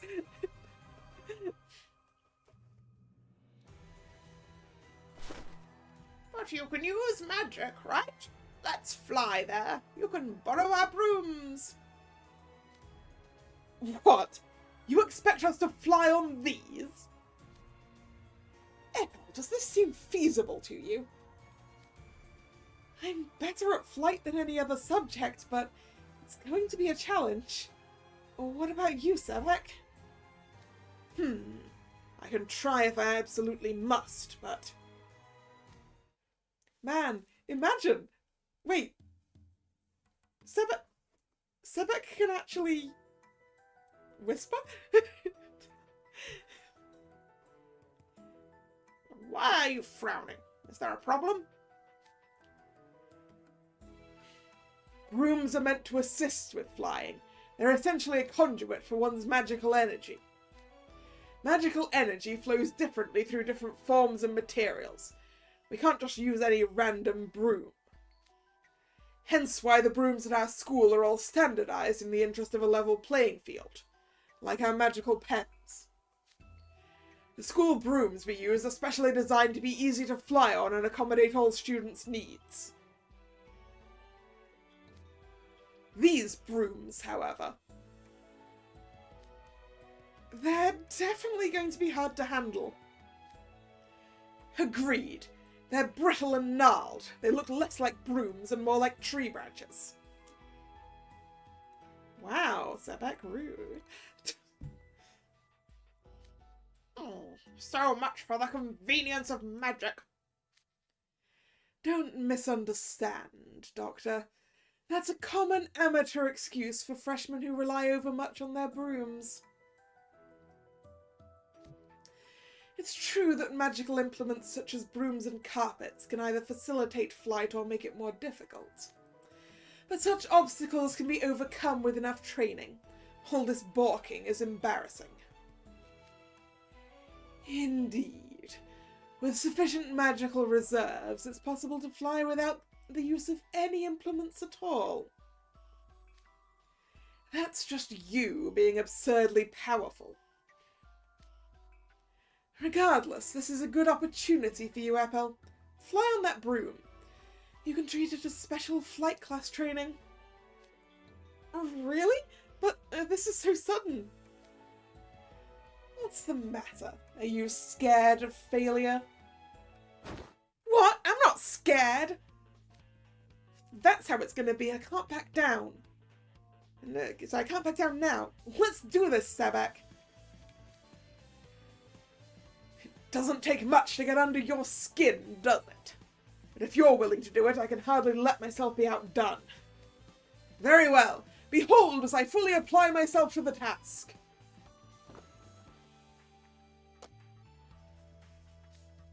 I'm floating, but whoa, I'm wobbling too much. I'm going to fall. Ow. So much for that. I can't control it at all. This is worse than when I first learned to fly on a broomstick. This broom's just too quirky. What an utter embarrassment. Or at least that's what I'd say if not for Sebek's failure to even get in the air. Are you even looking? Observe! Huh? Observe what? The tips of my toes! The tips of your toes? Oh, you're just barely floating off the ground. You're right, your little toe is ever so slightly hovering.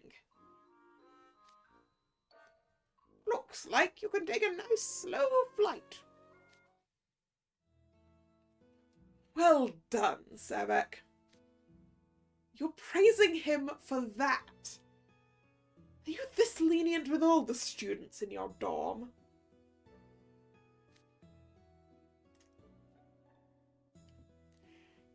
It hasn't been long since Sebek first manifested his magic. He's still essentially an infant, yet look at him now. Yeah. Mr. Long-lived Faye over here. The same person who cried tears of frustration at his inability to use magic is flying on a difficult-to-use broom. That kind of growth is quite impressive. It's a truly moving sight. My liege, that was a long time ago.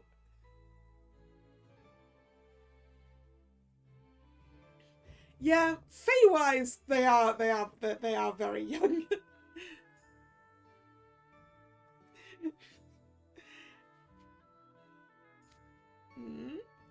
That was meant to be a compliment. Do you find it disagreeable? No, sir. I'll remember your generous words with all due gratitude. But still, he's that happy to see such a minuscule achievement. I clearly have much more work to do. Poor Sebek. Malleus bringing up his childhood issues as if they were just yesterday.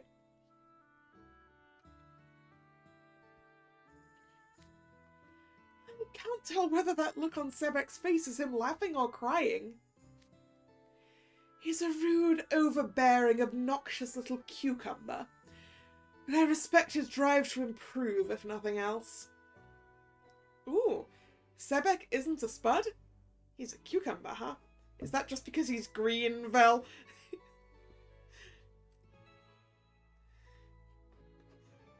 Is it because he's tall and green?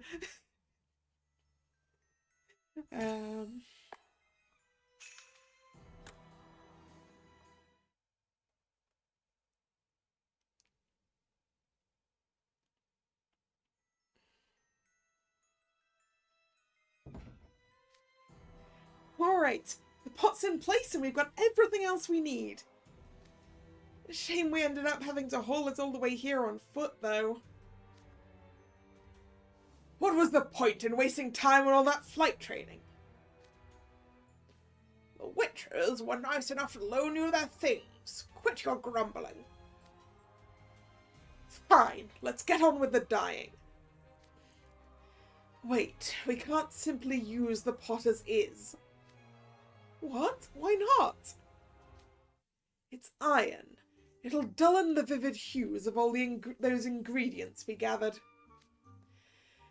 The pigments in the plants will blend with the iron and make all the fabric a sooty colour.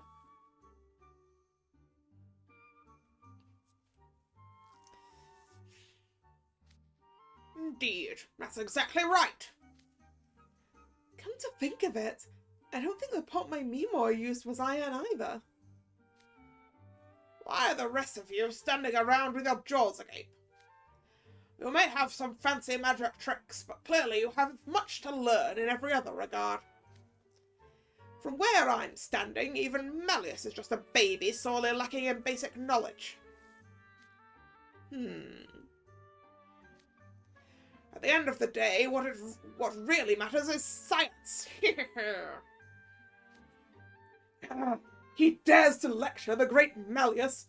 What a rude monster. To summarize, we cannot allow the plant-based dye solution to come into physical contact with the pot. Yes? In which case, how do we avoid that? I would like to learn for future reference. Oh, figure something out with your magic. What? Talking about science being what really matters? The key is to strike a proper balance. Something about that logic doesn't quite add up. But I suppose I could form a magical film over the pot's surface while we're using it. Yeah, that sounds like something that Malleus could do. Alright, now to dry the dyed fabric. It would dry quickly if we hung it at the top of that tall tree, but it seems difficult to reach. For you and Epel, perhaps. We've seen your skills firsthand. Step back and let me and Malleus take care of this. I couldn't possibly ask Malleus to engage in physical labour. Come on, Epel, let's do this. What? How do I figure into this? Vil just insulted you. Are you going to take that? Have you no pride in your flight magic? Are you content to be dismissed as a mage who can't fly without the aid of a broom? To be branded with the stigma of failure? How can you face your fellow dorm mates who shared your flight class struggles? Or your fellow Spelldrive Club members? Will you let an opportunity to vindicate yourself slip by? Now is the chance to demonstrate your prowess and prove Vil wrong. I hardly said anything harsh enough to deserve such a response. Well, when you put it that way... Okay, I'll do it. That's the spirit. It's just a flight up a tree. These spudlings can be so embarrassingly hammy. Sebek certainly seems to be enjoying himself quite a bit. Is that right? He seems like the same rude lout as ever to me. I hardly ever see Sebek conversing with people from outside Briar Valley. It's especially rare to see him engaging with his fellow freshmen. Do you not see how excited he is when speaking with Fermier? Is he really? Well, I suppose it's good for Epel to gain a source of friendly rivalry. With that settled, let's get to it. The brooms should be around here. What's this?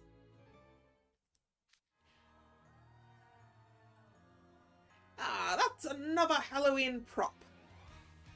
It looks like a horse made of straw?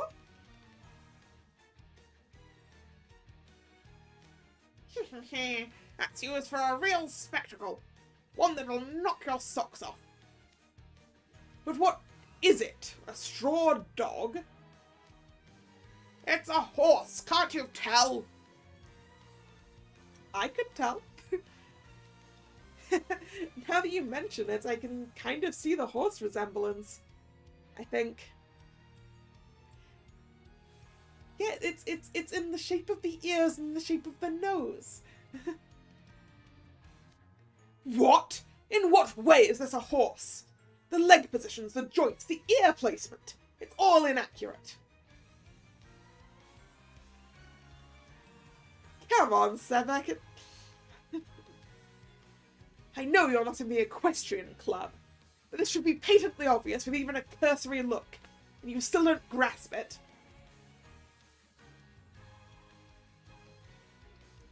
Looks enough like a horse to me, Sebek.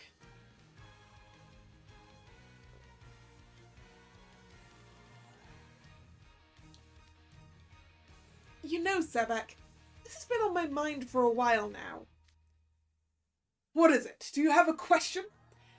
Very well, if you entreat my wisdom, I may be willing to impart some upon you. Now, I think Epel's going to point out that you're an incredibly rude individual, Sebek.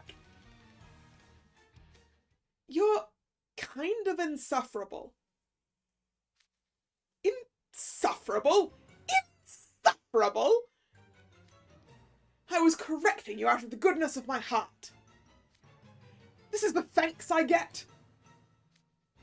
I never asked you to. I know what a real horse looks like. You didn't really need to butt in. What? You clearly have no manners if you would return goodwill with ill. Humans.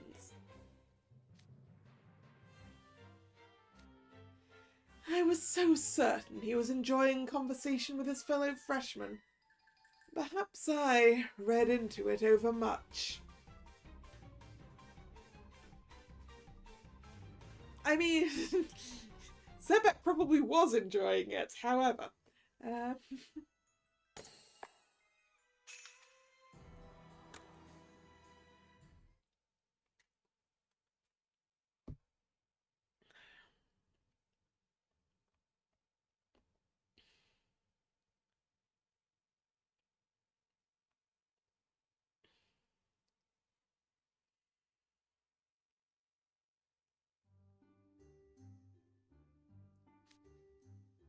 Man, helping these guys out sounds boring. I know, we should prank him. Really throw him for a loop. Don't be stupid. Jack had beat us back in green. And what do we do? Oh, I got it. Let's tell the boss about them and...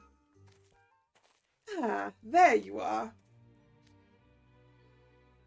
If it isn't our pal Scully, what's up? Are you here to help us? I suppose, in a manner of speaking, I'd like to help in achieving a holiday true to what Halloween is supposed to represent. Huh? and I'm here to discuss that with you lovely, wonderful children. I'd be ever so grateful if you'd be willing to hear me out. I don't know how I feel about that one.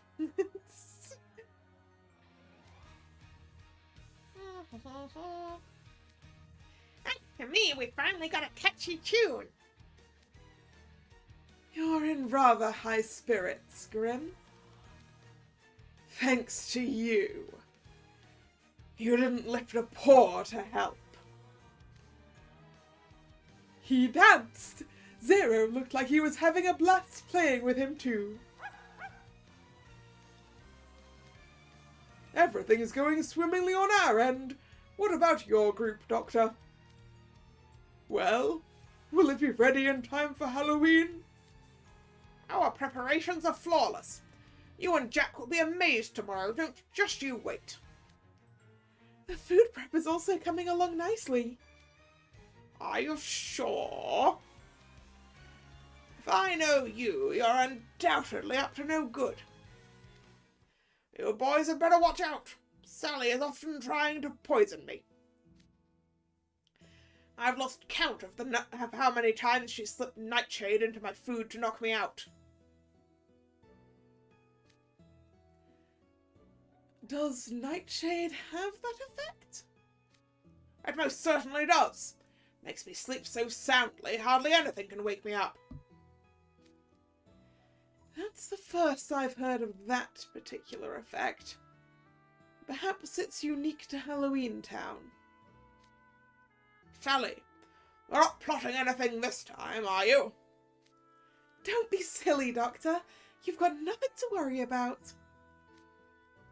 Jamil puts in a great amount of work, actually. Why, he was working so hard, I hardly had any occasion to help at all. Yes, you can rest easy. Trey and I are taking full responsibility for all the preparations. That's very heartening to hear. You have my gratitude. How were things on your end? The doctor said your preparations were flawless, but I'd prefer to see it myself for my own peace of mind. That said, I'd like to believe that between Ville's fashion sense and Malleus's knowledge, there's nothing too strange afoot. I would never make Malleus personally tend to such a trifling task. Everything's proceeding smoothly thanks to my efforts, and will be finished in short order. Oh, really? Very nice.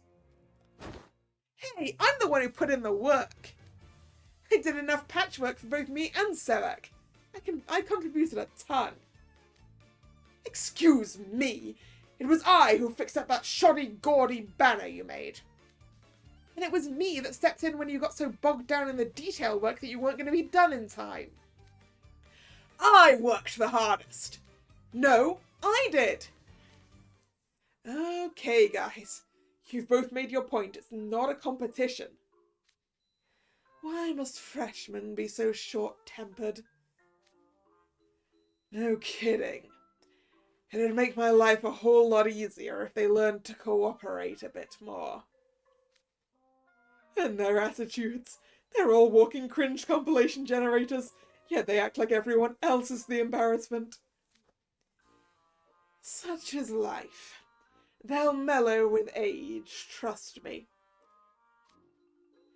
Am I actually hearing this from you people? Do humans just lose the ability to self-reflect at some point? It's certainly strange to see. We should be careful not to wind up that way ourselves.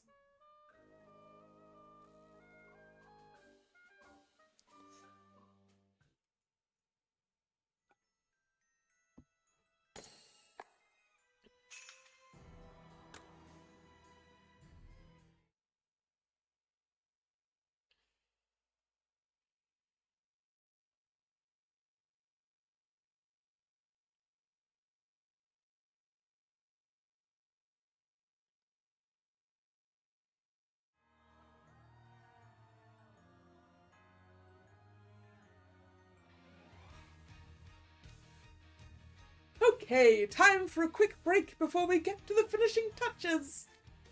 And then tomorrow, it's finally Halloween. I can't wait. Ditto. This is going to be a Halloween for the books. The kind that brings a tear to the eye. A tear of terror. Yeah. I'm pretty sure Scully's up to something. Phew. Here's hoping that this time tomorrow we'll be back in Twisted Wonderland. What? Get out of here.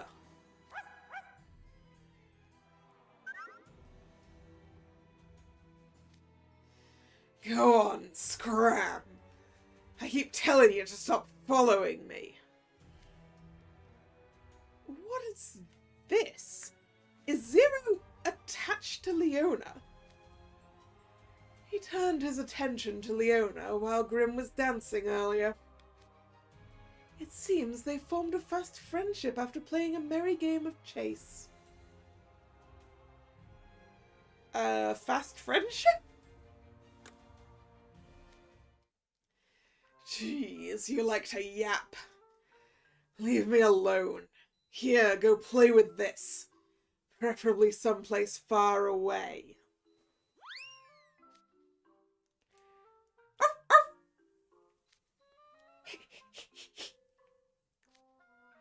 Why do you keep coming back? Because you're playing fetch, Leona. He wants you to throw the bone again. Perhaps he thinks you assented to playing with him. What a delightful sight.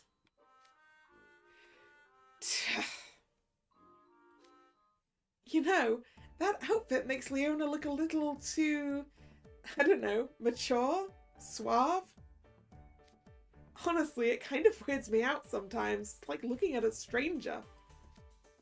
So seeing him acting like the same old easily annoyed Leona is oddly reassuring in a way. I'm not certain that's a step up. That said, I suppose a bit of levity, like being hounded by a strange dog, would do him some good. True. When he was just standing around, those clothes seemed to suit him so well it was a little scary. Your words, not mine.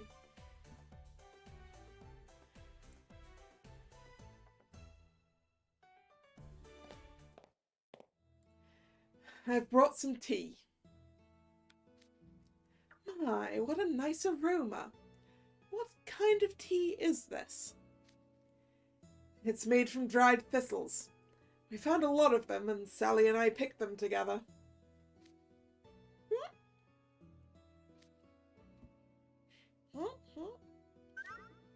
What in the world?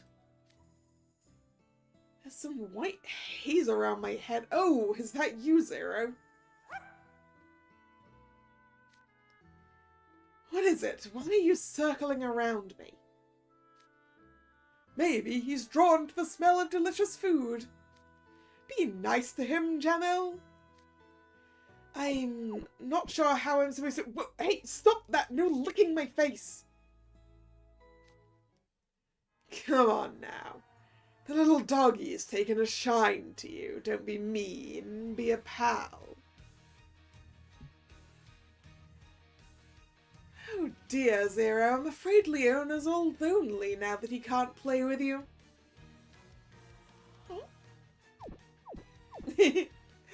Zero licks for everyone. Hey, quit egging him on.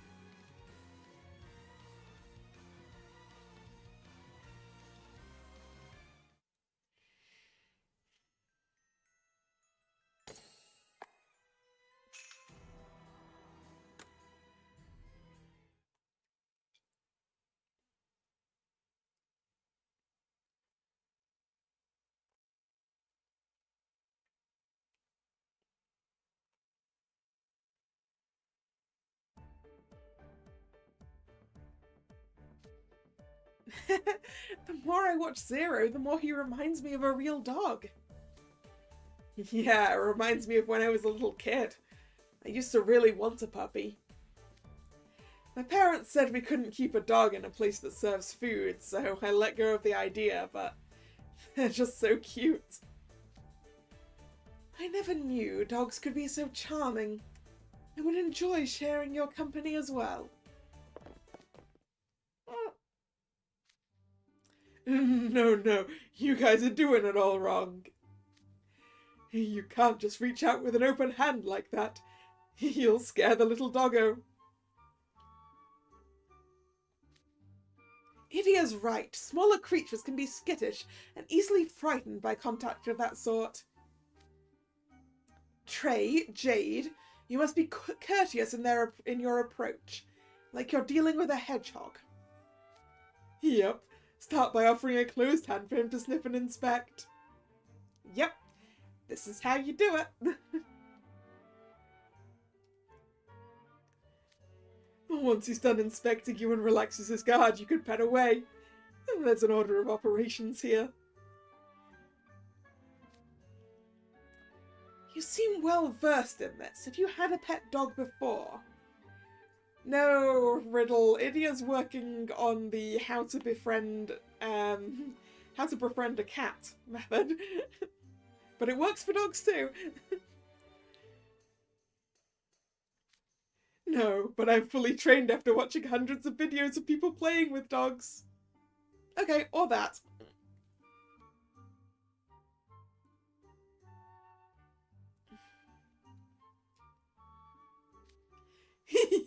Here, I'll show you how it's done.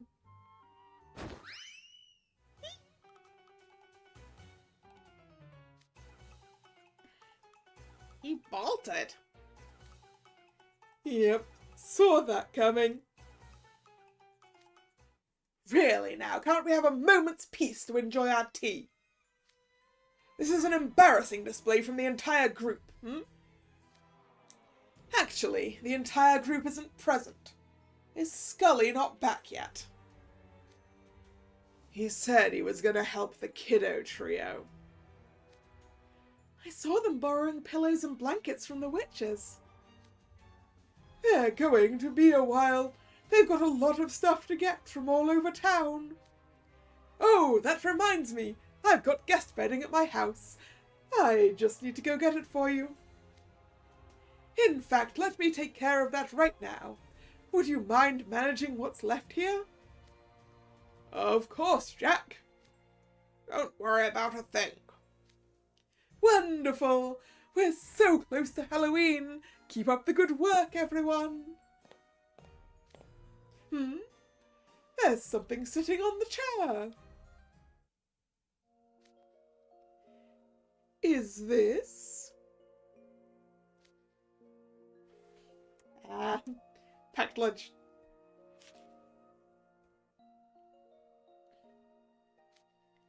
It looks delicious.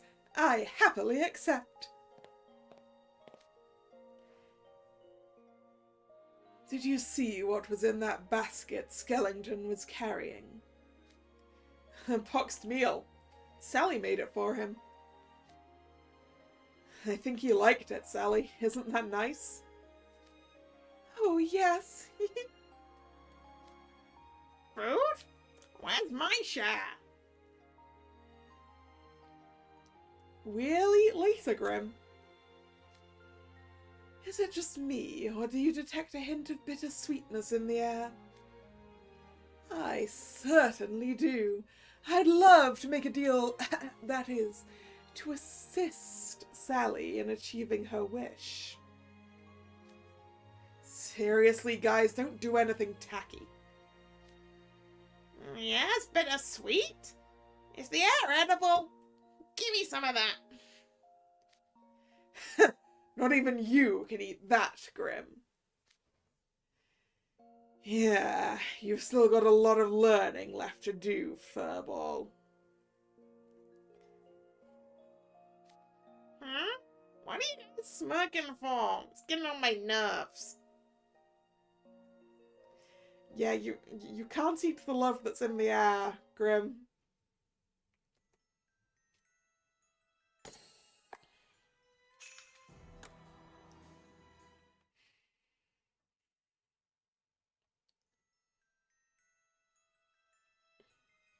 Halloween Town, Jack's house.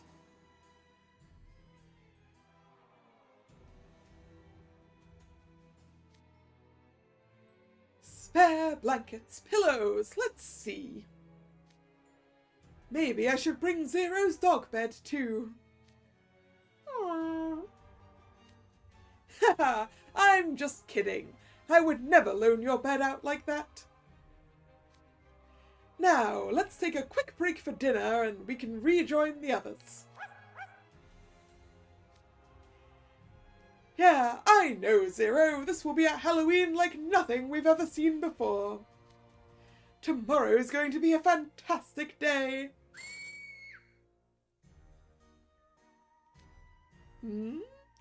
That was the doorbell. I wonder who it is. Come in. This is going to be Scully, right? Now the nightmare before Halloween begins. Pardon the intrusion, Mr. Skellington. Ah, Scully, make yourself at home. Is it just you? I don't see the prankster trio with you. What's the matter? You don't look too happy. Is something bothering you? Sorry, is something troubling you? Yes, actually, I'd like to reaffirm something with you. Might I ask you a few questions? Sure, go ahead. I am an open book. Mr. Skellington, you said you wanted to make this year's Halloween a lively one, yes? Yep, that's the plan for tomorrow. And you said that doing nothing but following traditions was boring. I sure did. And that Halloween was not a holiday to be spent in solitude. Absolutely. Then, Mr. Skellington, do you truly believe the other's version of Halloween is better? Do you believe that a raucous Halloween with crowds of people is the best kind? Rather than the solemn, noble Halloweens you've conducted, the ones we so revered. Do you believe their modern version of Halloween to be superior? Do I have the right of it? Yes, you do. I love new things. I'm genuinely glad you folks from Twisted Wonderland are here. Tomorrow's guaranteed to be the greatest of Halloweens, like nothing anyone's seen before. Jack, I think you might be about to be turned into a jack-o'-lantern. I see. I understand now. Oh, have I answered all your questions? Yes, I understand the heart of the matter. I thought it wasn't possible. That I must be mistaken, surely. So I'm immensely grateful for your clarification. You've helped me reach a decision. Really? I'm not sure what you're talking about, but hey, good for you. Yes, good indeed. Oh dear, where are my manners? I've interrupted your mealtime. By all means, continue eating. I've actually brought something to drink. Oh no, he's not getting turned into a jack-o'-lantern. He's getting put to sleep with Deadly Nightshade, isn't he? Would you care for a glass? Uh-oh. Uh-oh. Uh-oh. Oh no.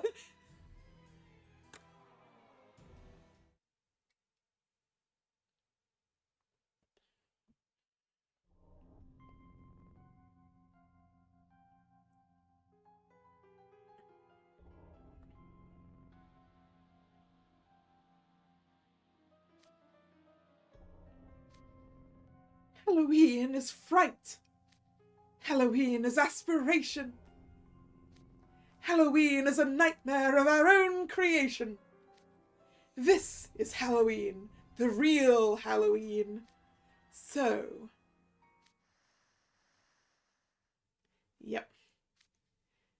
Please, Jack Skellington, don't listen to these ignorant fools. Halloween doesn't have to be fun. Halloween should be solemn and noble. It has to be. I thought Jack Skellington of all people would understand that he wasn't like the others. Why does he always side with them? Oh dear, how embarrassing. I forgot myself for a moment there. Mr. Skellington, ever the gentleman, would shake his head if he saw such behaviour. Please don't look so worried, Mr. Skellington. Leave everything to me. I promise I'll protect the true Halloween. Even from you.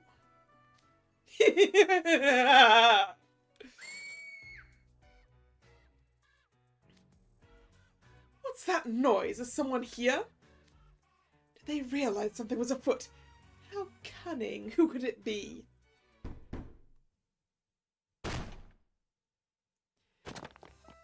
Hello, Jack Skellington. If you think you can keep all the good food to yourself, think again. Give me that dinner and that bittersweet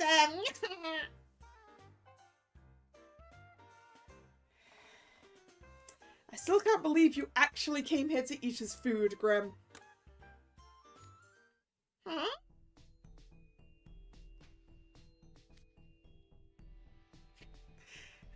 We appear to have walked into something that we shouldn't have walked into. Grim, I think we should leave. Scully? What are you doing here? Grim. And Kalla as well. Jack sprawled out on the dinner table, snoozing away. What's he doing sleeping on the job when we've got tons of Halloween prep work to do? Hey, Jack! Hey! Hey! Hey!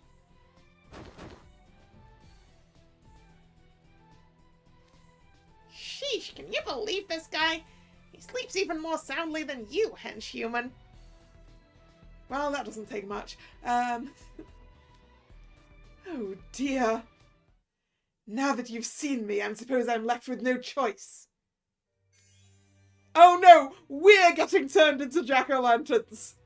Shoot! Scary night. Please tell me that Grim's pumpkin has ears. Please. No! It needed little cat ears. Huh? Am I a pumpkin right now? You are. I'd appreciate it if you could settle down for a bit in here until you revert back. What's going on? It's dark in here. Dear me, Grim, you mustn't thrash about. You'll make me drop the bag with your lovely personage still inside. Wait, so he's not only turned us into jack-o'-lanterns, but he stuffed us in a bag? A bag? Why'd you put me in a bag?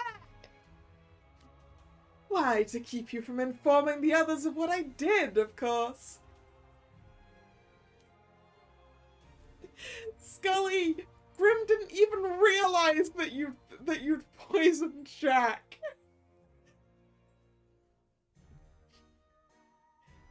I realized that you poisoned Jack there, because I'm a detective and Grim isn't. You see, I require Mr. Skellington to remain asleep for a while without anyone noticing. Wait, does that mean you put Jack to sleep? What? You didn't realize? Huh? I mean, of course I realized. You're one messed up guy, Scully. Why would you do this? It's all for the sake of Halloween. Surely you can understand that, Kalla. If you don't, that will pose quite the conundrum.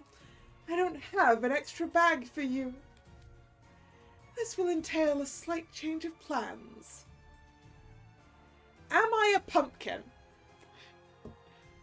I need to know the answer to this question. Do we need to discuss what happens next, my lovely compatriots? Who? Not at all, Scully. There's no point in discussing it.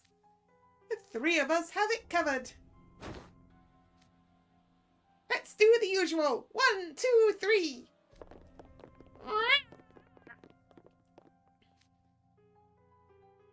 Well, Grimm's been kidnapped by Lock, Shock and Barrel. Turned into a pumpkin, shoved in a bag, and kidnapped by Lock, Shock and Barrel, and I may or may not be a pumpkin, and I'm definitely getting kidnapped. Well, Kalla, shall we be off? We can spend a true Halloween together. I've no doubt you'll quite enjoy it.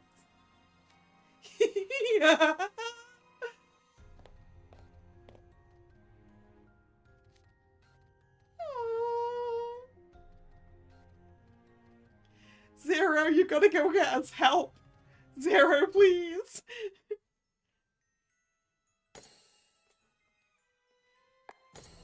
And that is this book complete. So let's go grab the rare card. リロル先輩の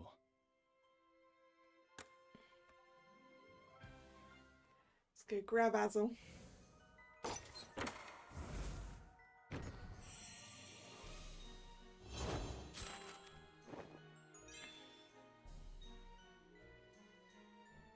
これぞハロウィン。この街で見たこともないハロウィンを知りたいものです。 And there we go. And now that we're up to date, I'm going to call the stream here. Oh man, how are we going to get out of this? It's going to... Zero's going to have to go find everyone for us.